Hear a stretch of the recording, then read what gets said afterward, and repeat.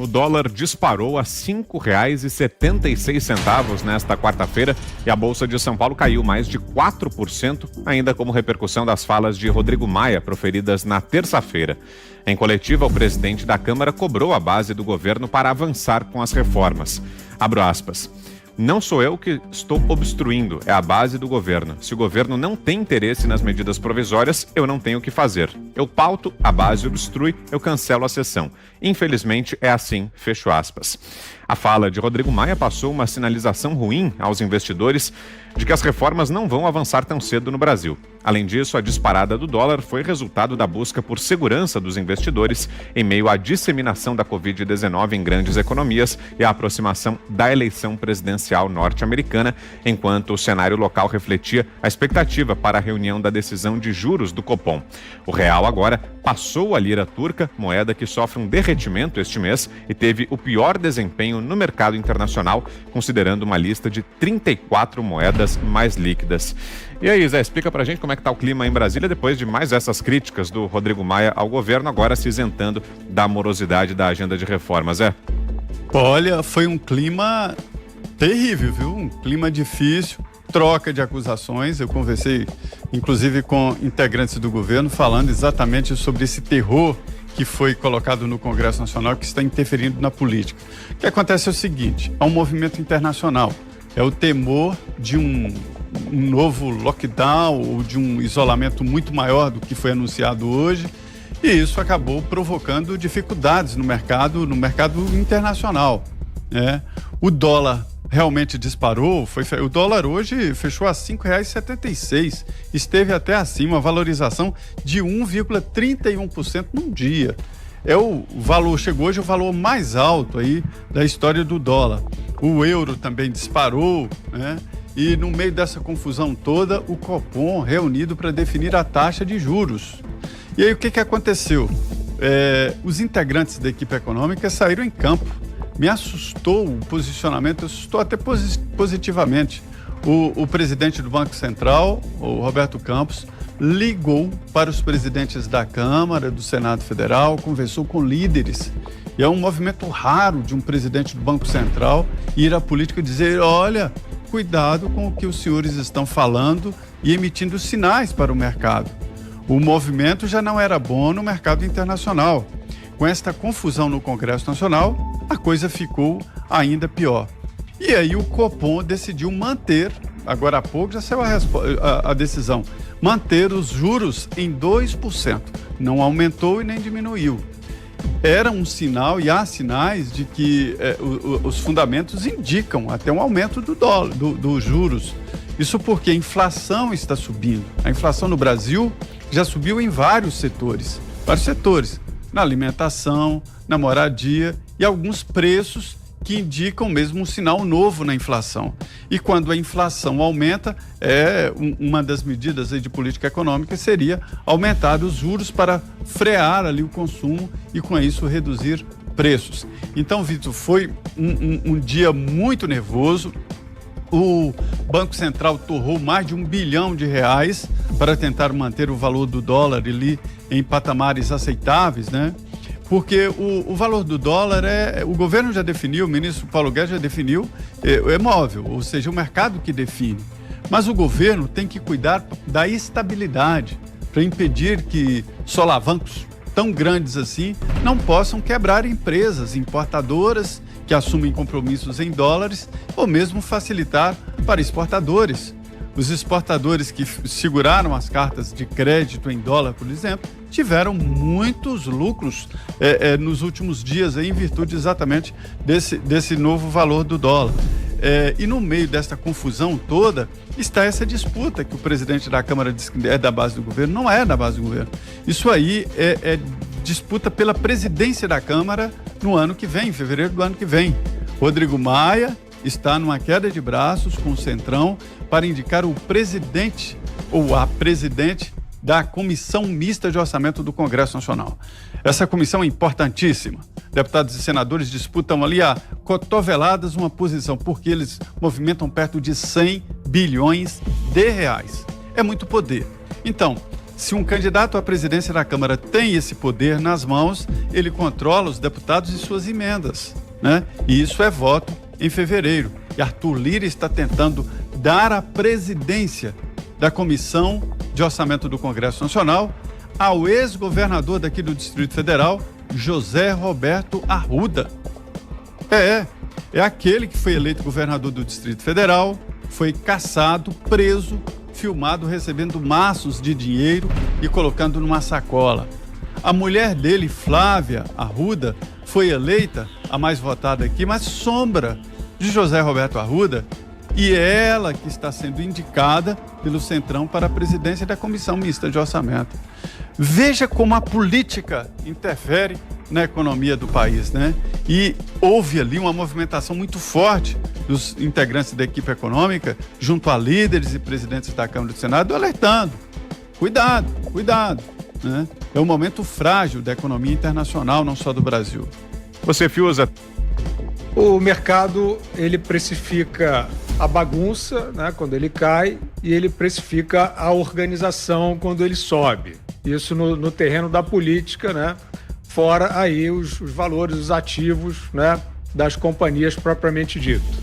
E, evidentemente, que ele está precificando nesse momento a bagunça na qual apostam esses estadistas de várzea que tentam fazer um lockdown místico, né, de novo na Europa, e é claro que aqui ficam tentando também. E, evidentemente, que aqui, no Congresso Nacional, o vetor do Congresso é sempre esse.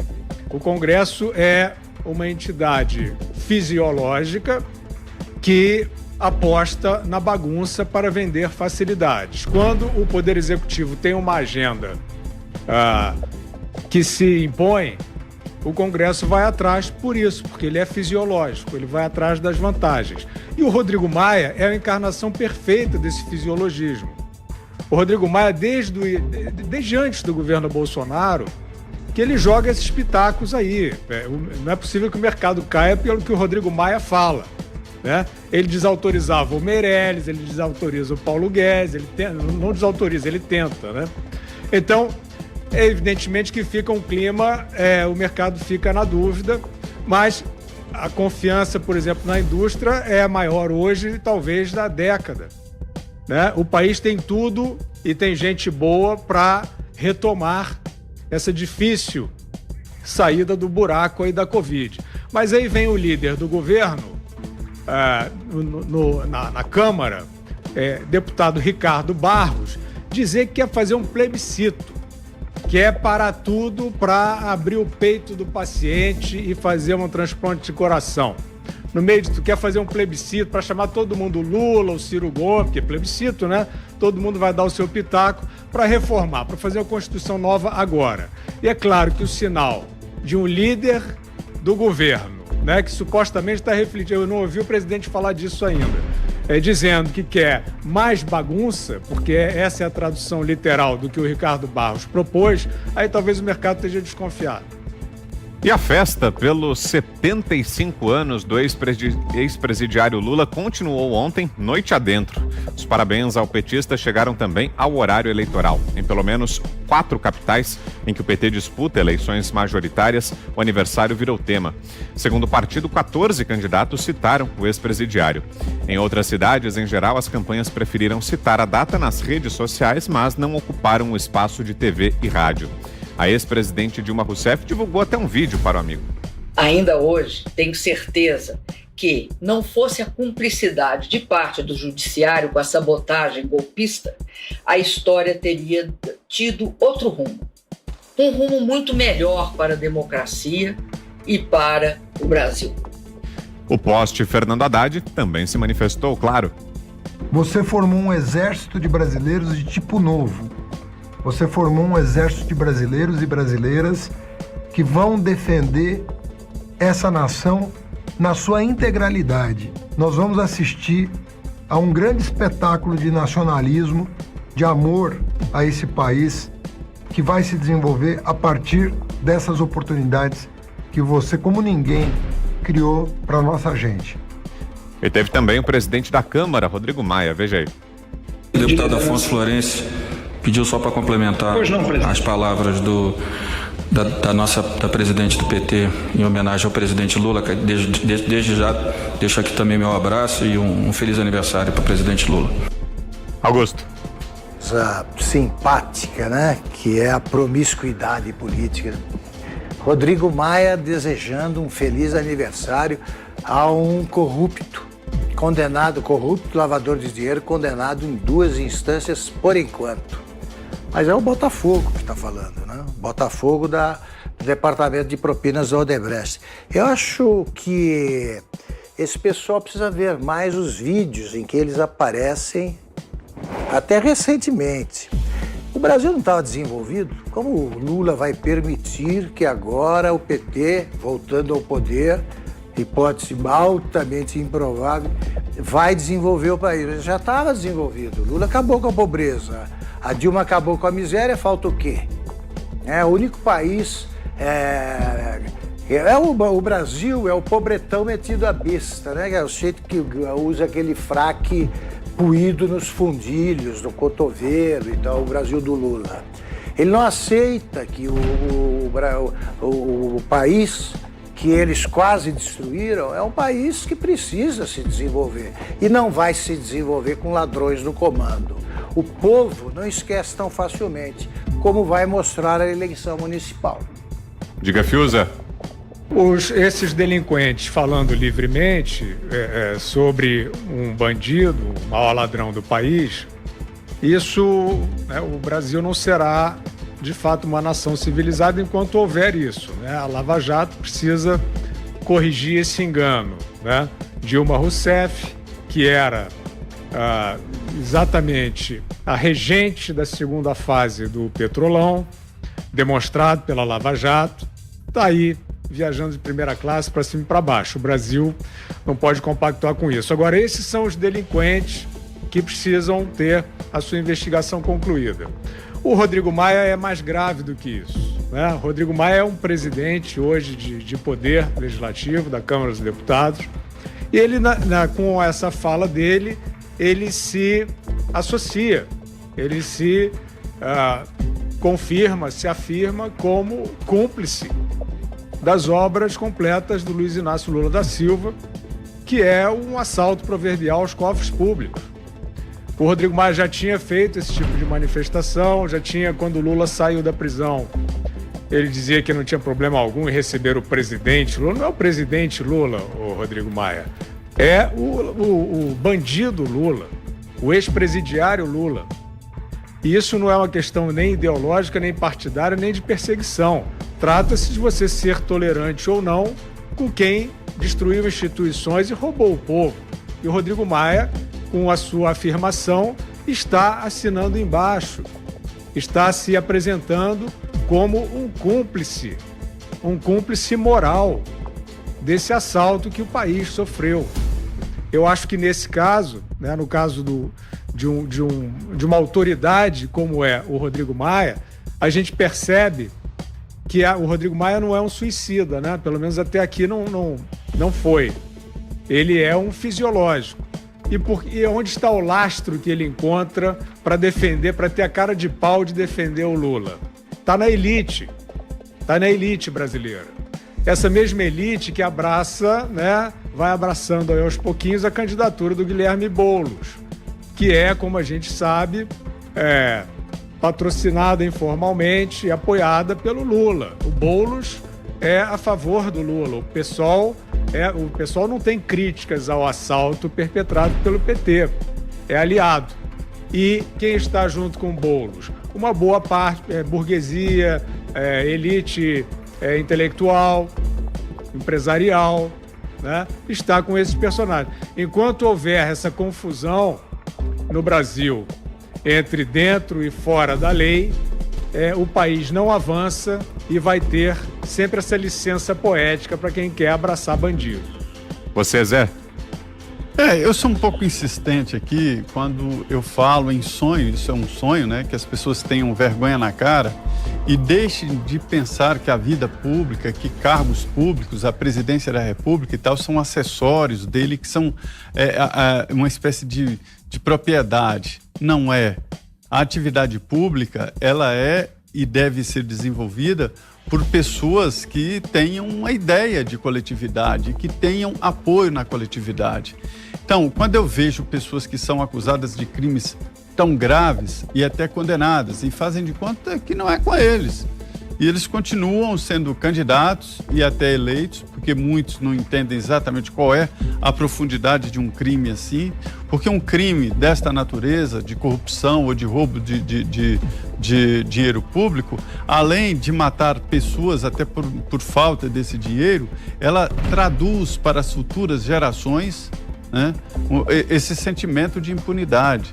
E eles têm esse sentimento de impunidade, esse sentimento de que eles são superiores a tudo, que podem fazer exatamente tudo.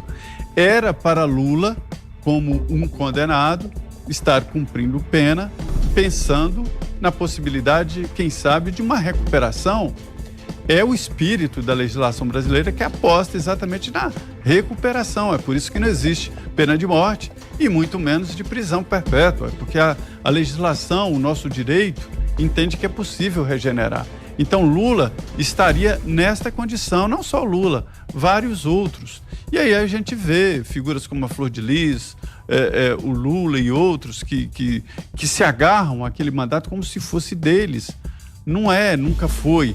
Então eu acho que o Lula deveria estar isolado, pensando no mal que ele fez, se arrependendo e não tentando interferir na vida pública de outras pessoas e do país. Diga, Ana. Inacreditável, Vitor. Eu acho que a gente vê vídeos da ex-presidente Dilma ou do Porsche Haddad aí enaltecendo um condenado, um político que deixou o país de joelhos, né? O nosso STF, aí, o ministro Gilmar Mendes, gosta tanto de falar, né, em genocídio. Genocídio é o que o PT fez com o país durante toda essa administração aí, que exportou nossas riquezas aí de uma maneira ilícita para ditadores na Venezuela, na África, e operações e amizades aí obscuras. Isso tudo aí vindo dessa gente, a gente está até acostumado. Eu acho que o povo brasileiro também, na grande maioria, já entendeu quem são esses personagens aí do partido mais corrupto que o país já viu. Agora, senhor Rodrigo Maia, que vexame. É um deboche na cara do brasileiro ouvir o presidente da Câmara desejar feliz aniversário a um condenado. Aí nós temos, né, a Lava Jato, uma pilha de provas sobre a condenação do Lula.